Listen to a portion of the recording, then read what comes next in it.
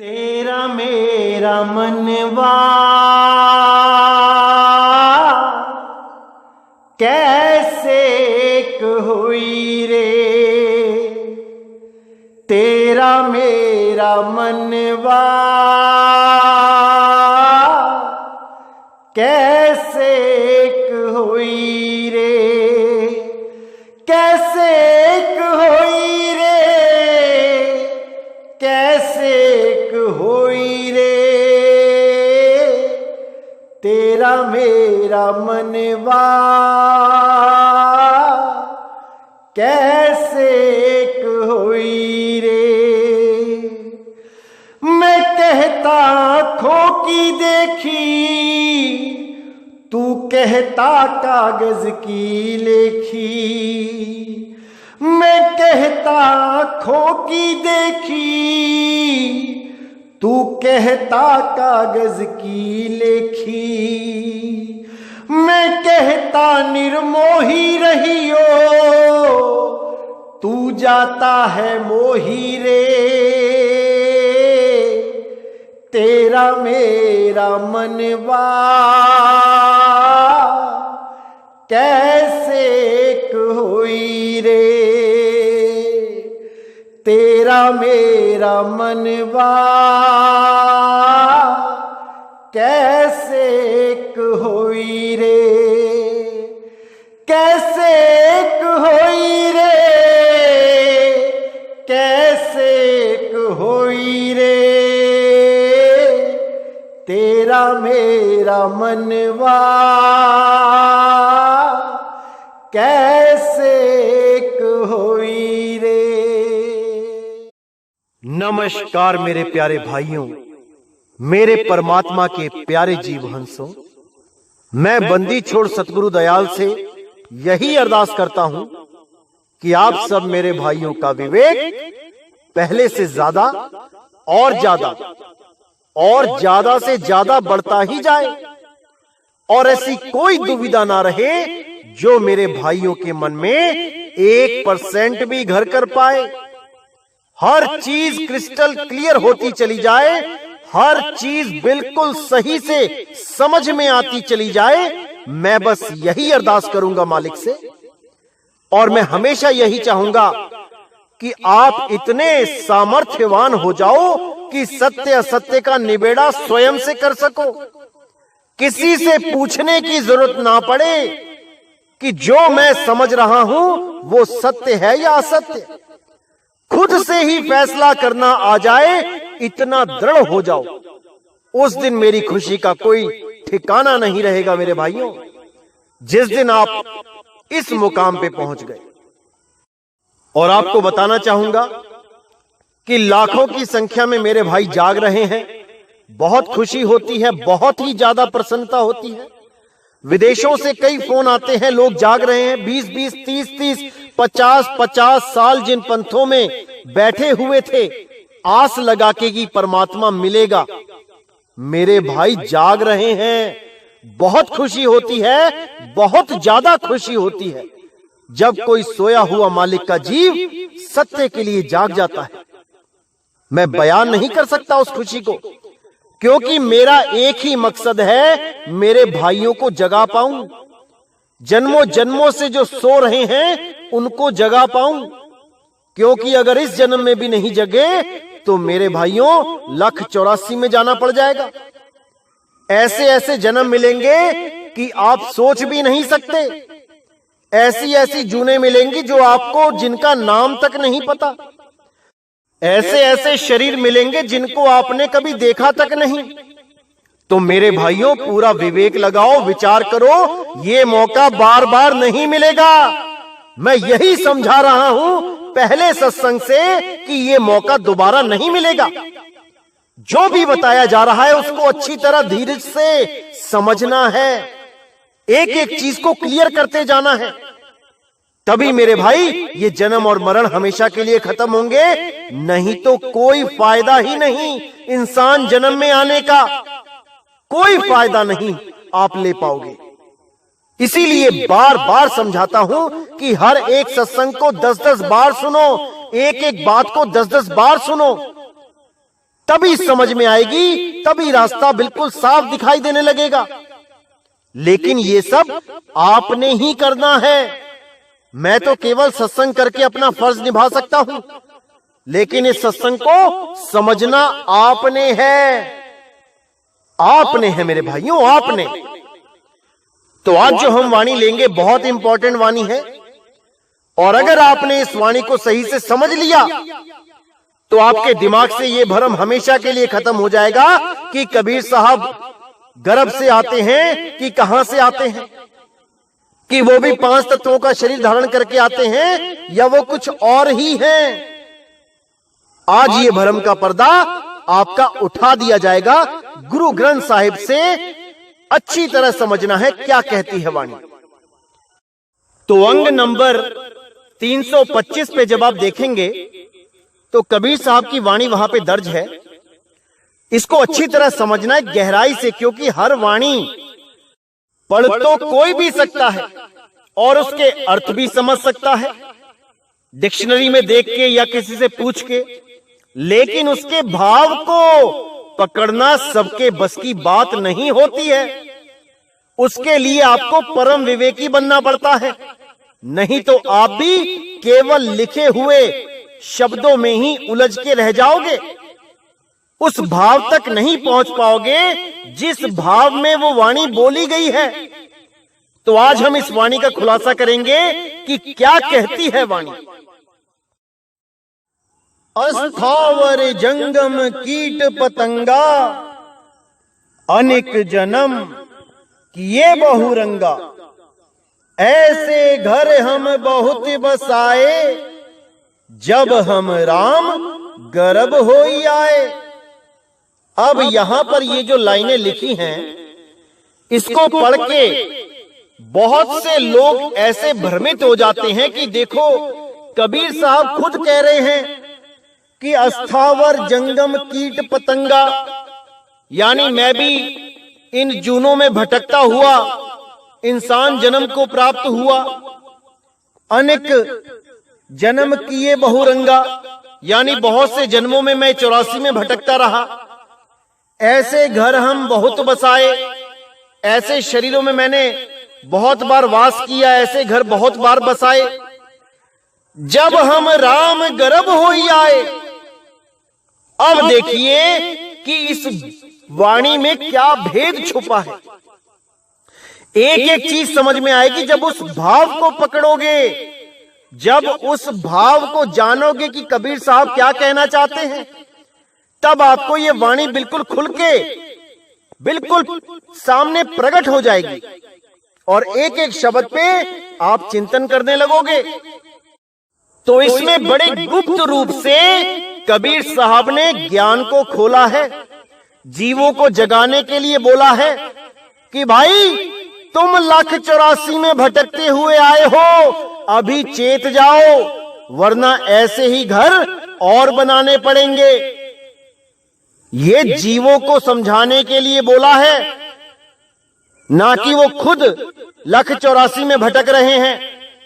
क्योंकि कबीर साहब की वाणियां बहुत ही ज्यादा भेदी होती हैं, उसमें भेद छुपे होते हैं, और वो कब कहां से कौन सा मोड़ दे दे वाणी में, ये आम इंसान सोच भी नहीं सकता। कब कौन सी वाणी कहां घुमा दें, कहां उसका भाव बदल दें। जैसे एक वाणी है, कबीर सबसे हम बुरे, हम तज भलो सब कोई, जिन्हीं ऐसा कर बूझिया, मीत हमारा सोई। अब ये वाणी है, इस एक ही वाणी में 2 अर्थ निकलते हैं, यहां पर 2 भाव निकलते हैं, लेकिन जो अज्ञानी जीव होगा वो एक ही भाव में पढ़ेगा पूरी वाणी को। वो कहेगा देखो कबीर साहब इस दुनिया के सबसे बुरे इंसान हैं, क्योंकि उन्होंने अपने मुंह से बोला है कबीर सबसे हम बुरे, हम तज भलो सब कोई। यानी कबीर साहब ही इस दुनिया के सबसे बुरे इंसान हैं और उनके अलावा जितने भी हैं वो सब अच्छे हैं, क्योंकि कबीर साहब अपने मुंह से कह रहे हैं। देखो लिखा है, देखो लिखा है, साफ लिखा है। अब तुम नहीं मानो तो तुम जानो, हम तो लिखी को मानेंगे, ऐसा बोलने वाले भी मिल जाएंगे, लेकिन उनको नहीं पता कि कौन सी वाणी किसके लिए बोली गई है और उसी वाणी में कौन सी लाइनें किसके लिए बोली गई हैं। ये बहुत गुप्त भेद होते हैं मेरे भाइयों। ये वही जान सकता है जो कबीर साहब को सही से पहचानता है। ये सबके बस की बात नहीं है जो आजकल के अज्ञानी जीव वाणियों को खोल खोल के दिखा के सोचते हैं कि हमें तो बहुत कुछ पता लग गया वाणियों में। लोगों के लिखे हुए अर्थों को देखकर उन वाणियों को खोलते हैं और सोचते हैं कि हम महाज्ञानी हो गए। अरे भाई, अगर ऐसे ज्ञानी हुआ जाता तो आज के समय में सारे ही ज्ञानी होते, कोई किसी की सुनता ही नहीं। सारे ही अपने अपने मोबाइल में एप्लीकेशन डाउनलोड करके उन वाणियों के अर्थ कर करके खुद ही गुरु बन बैठते। वाणियों के अर्थ करने से कोई गुरु नहीं बन जाता जब तक उस अखंड शब्द को अनुभव नहीं किया, तब तक ये वाणियां कोई नहीं खोल सकता।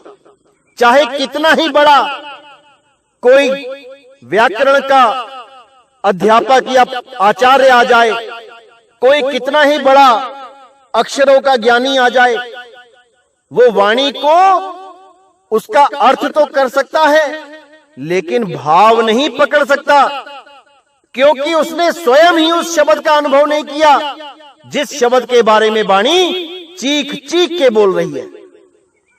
तो इसी प्रकार कबीर साहब ने जो वाणी बोली उसके अर्थ अलग अलग जीवों पे फिट हुए।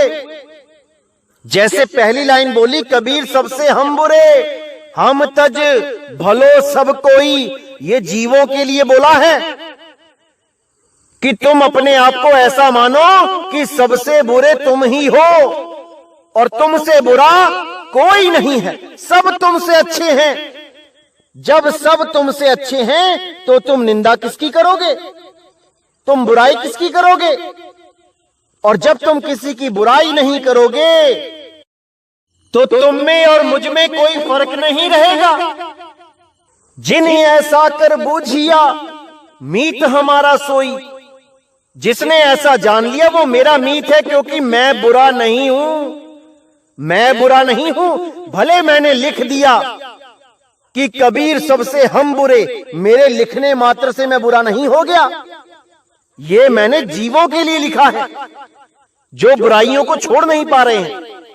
इसी प्रकार अब जो मैं वाणी खोलने जा रहा हूं उसके भाव को पकड़ना है, शब्दों को नहीं।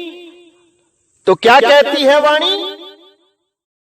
अस्थावर जंगम कीट पतंगा, अनिक जन्म किए बहुरंगा, ऐसे घर हम बहुत बसाए, जब हम राम गर्भ होई आए।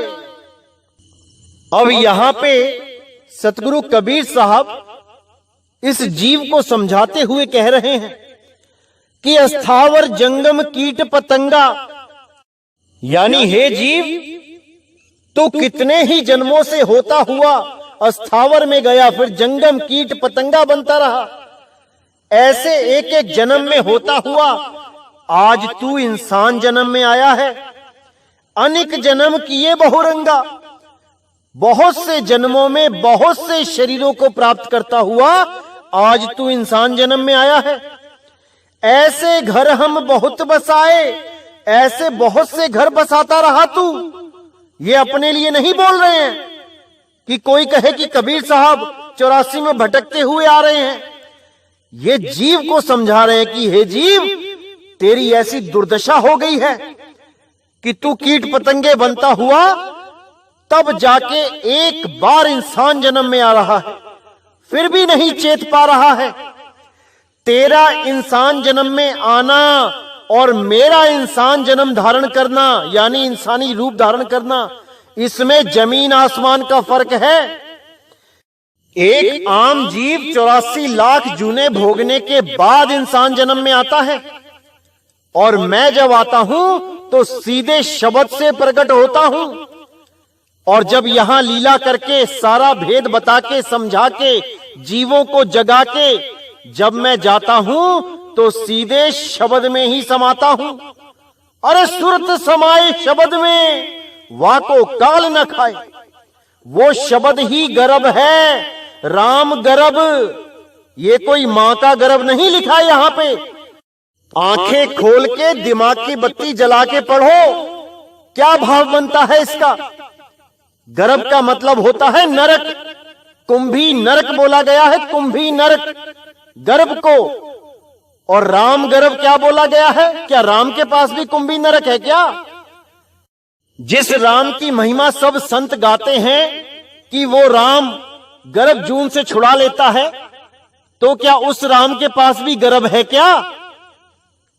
कोई नहीं जान सकता इस भेद को, क्योंकि ये सब के सब केवल शब्दों को पढ़ के उनका अर्थ निकालने में लगे हैं। ये उन भाव को नहीं समझ सकते जिस भाव में ये वाणी बोली गई है। ये कबीर साहब ने बिल्कुल सत्य लिखा है यहां पे कि जब हम राम गर्भ होए आए, यानी जब मैं शब्द गुरु से निकल के सीधे यहां इंसान जन्म में प्रकट हुआ, तब मैंने उन जीवों को समझाया जो 84 लाख जन्मों के बाद एक बार इंसान के जन्म को प्राप्त कर रहे हैं और फिर भी नहीं चेत रहे हैं, फिर भी काम क्रोध लोभ मोह अहंकार में उलझे पड़े हैं, उस सत्य को जानने की कोशिश नहीं कर रहे जिसके द्वारा उनका जन्म मरण खत्म हो जाएगा। तब मैंने इंसान रूप धारण करके इस जीव को समझाने की ठानी और मैं राम गर्भ से होता हुआ इस दुनिया में आया। और जब अपनी लीला पूरी कर देता हूं, सबको समझा देता हूं, तो फिर उसी राम गर्भ में समा जाता हूं। यहां राम गर्भ का मतलब शब्द है, शब्द गुरु है। शब्द गुरु सुरति धुन चेला, उसी शब्द में से आए, उसी शब्द में समा जाएंगे। ये कोई मां का गर्भ नहीं लिखा है यहां पे कि अगर आप कबीर साहब को गर्भ से पैदा होने वाला एक आम जीव घोषित कर दो, ऐसा नहीं हो सकता। हर वाणी में कोड लगे होते हैं और इन कोड को खोलने के लिए ही मैं यहां आया हूं। हर कोड को खोल दिया जाएगा 2020 के अंत तक। आप बस अच्छी तरह समझते रहिए कि क्या बताया जा रहा है। तो आगे कहते हैं, जोगी जति तपी ब्रह्मचारी, कब हूं राजा छत्रपति, कब हूं भिखारी। साकत मरही संत सभी जीवही, राम रसायन रसना पीवही।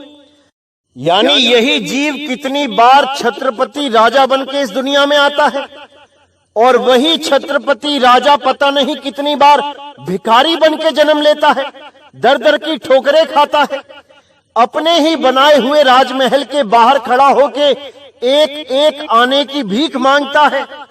यही माया जाल है। इसीलिए बोला, साकत मरही संत सभी जीवही, राम रसायन रसना पीवही।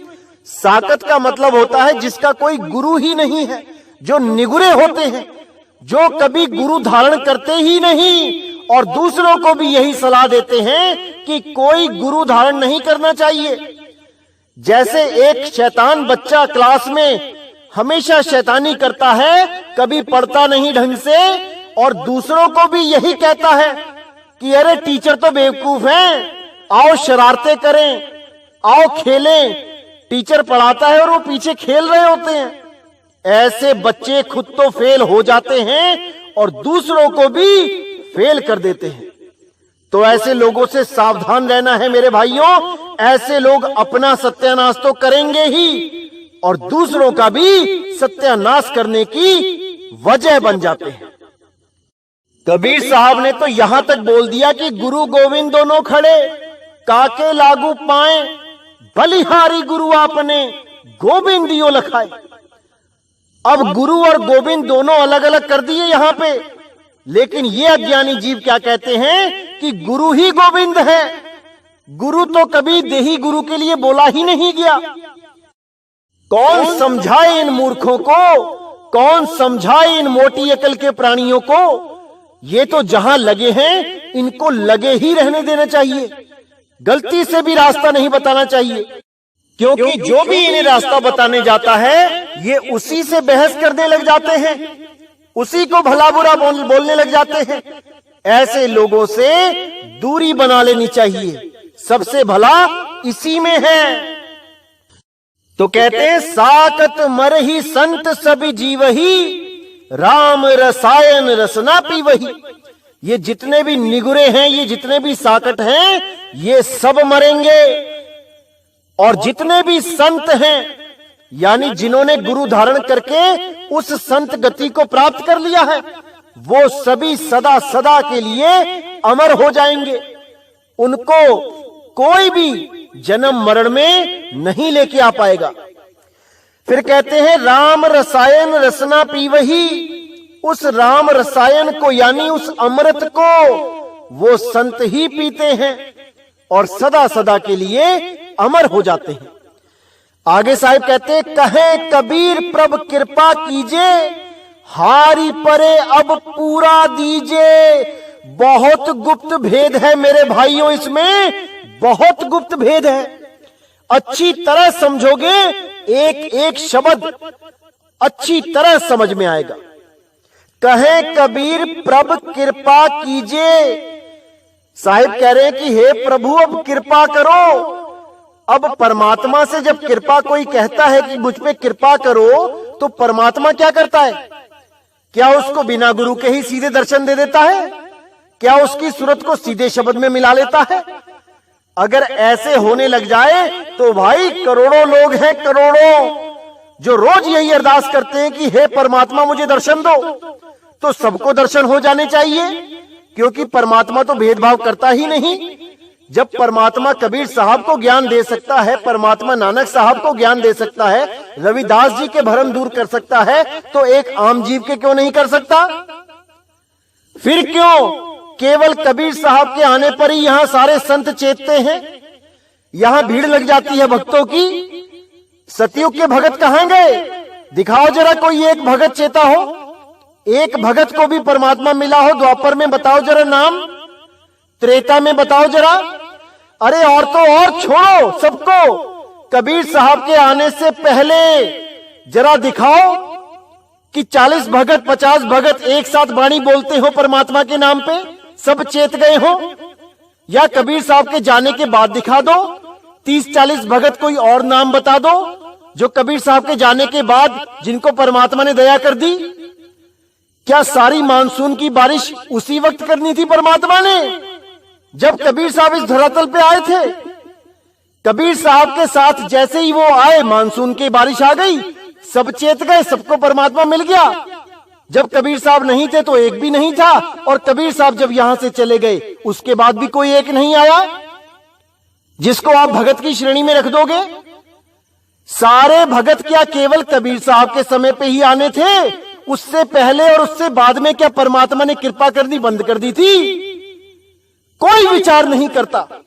सबके सब उठा के कबीर साहब को एक आम जीव बना के घोषित कर देते हैं कि कबीर साहब भी एक भगत थे। अरे वो ऐसा भगत था जो बिना गुरु के इस धरातल पे ज्ञान लेके आया था। वो ऐसा भगत था जिसको तुम एक आम इंसान बना के रख दिया। वो ऐसा गुरु था सारे भक्तों में, वो ऐसा भगत था जो सबसे पहले चेता था। सबसे पहले जिसे ज्ञान हुआ था वो कबीर साहब थे। उन्हीं के बाद लाइन लग गई भक्तों की, जिनको आज हम कहते हैं कि उसको परमात्मा मिला, उसको परमात्मा मिला। कबीर साहब से ही शुरुआत हुई थी और कबीर साहब से ही अंत हो गया सबका। नहीं तो कबीर साहब के बाद बताओ जरा किस किस को परमात्मा ने दर्शन दिए? कबीर साहब के द्वारा ही ये नदियां बहाई गई अमृत नाम की। जो जो उसको पीता रहा वो अमर होता रहा। और कबीर साहब के उन पंथों से जब ये नाम हट गया, मिट गया, जब काल के दूत प्रवेश हो गए, तो सब के सब पंथ जीरो हो गए। लेकिन एक पंथ है जो कबीर साहब ने बहुत गुप्त तरीके से चला रखा था, जिसका उजागर अब होना था, और वो है मदन साहिब। मदन साहिब के द्वारा ही कबीर साहब ने इस पूरे विश्व में सतनाम का डंका बजाना निश्चित किया हुआ था। ये सब मैं बताऊंगा। मदन साहिब का जब ग्रंथ खोला जाएगा तब आपको एक एक चीज समझ में आएगी। अभी आपको समझ में नहीं आ रहा है कि मदन साहिब के ग्रंथ में क्या क्या लिखा है। जब ये सब खोला जाएगा तब आपको पता लगेगा कि मदन साहिब को इतना गुप्त तरीके से क्यों रखा गया था। क्यों किसी को नहीं पता कि मदन साहिब भी कोई संत हैं जिन्हें परमात्मा ने स्वयं एक इंसान के रूप में आके, बंदी छोड़ कबीर साहब ने एक इंसान के रूप में आके उनको ज्ञान दिया, उनको सार शब्द का भेद दिया। ये सब बताया जाएगा। समय का इंतजार करें मेरे भाई। तो कहते हैं, कहे कबीर प्रभु कृपा कीजिए, हारी परे अब पूरा दीजिए। यानी साहिब कह रहे हैं कि हे प्रभु अब कृपा करो किन पे? इन जीवों पे। और जब प्रभु कृपा करता है तो क्या होता है? प्रभु कृपाल कृपा करे, नाम नानक साधु संग मिले।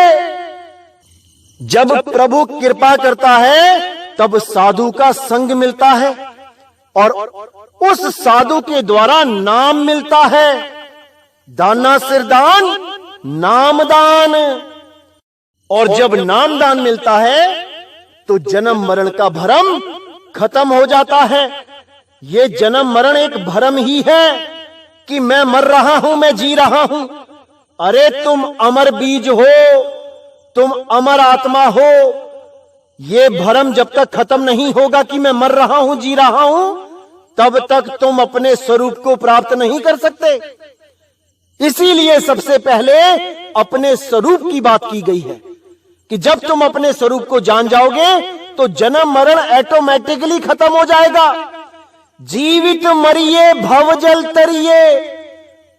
जीवित मरिए का मतलब ये नहीं कि गोली मार लो। जीवित मरिए यानी कि जीते जी अपने स्वरूप को जान लो कि तुम अमर हो और तुम्हारे शरीर का सदा सदा के लिए अंत हो जाएगा, क्योंकि तुम शरीर नहीं हो। तुम शरीर नहीं हो, तुम एक अजर अमर अविनाशी जीव हो। और यही जीव जब परमात्मा की दया होती है तो पीव अवस्था को प्राप्त करता है और सदा सदा के लिए मुक्त हो जाता है। इसीलिए साहिब ने बोला, कहे कबीर प्रभु कृपा कीजिए, हारी परे अब पूरा दीजिए। हारी परे अब यानी हार गए गुरु बना बना के।